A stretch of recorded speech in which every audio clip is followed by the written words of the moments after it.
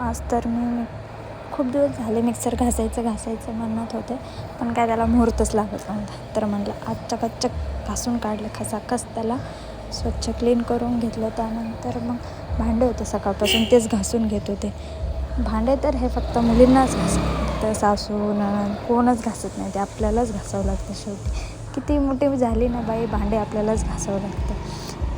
मला तर खूप वैताग येतो, भांडे बघितले ना वैतागच येतो. आणि त्यात ते कुकर असले ना, बाप रे बाप, नकोच वाटतं मला.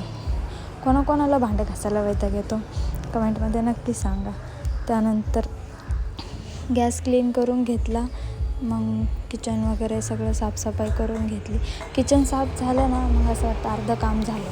बाकी कुठले काम हो किंवा ना हो, मला तर असंच वाटतं. मग संध्याकाळी घरचे बाजारात गेले होते, तिकडनं कोथिंबीर घेऊन आले होते. मग निवडून ठेवली ना एकदाच, की मग नंतर वेळच्या वेळी घेऊन भाजी करायला चांगलं जातं आणि व्यवस्थित पण राहते.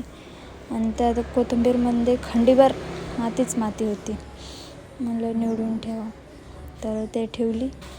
तर फ्रेंड्स, कोणी चॅनलला सबस्क्राईब नसेल केले तर प्लीज जाऊन सबस्क्राईब करा, लाईक करा, कमेंट करा, शेअर करा.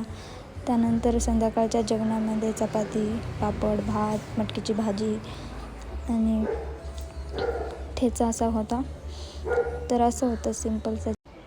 So thank you.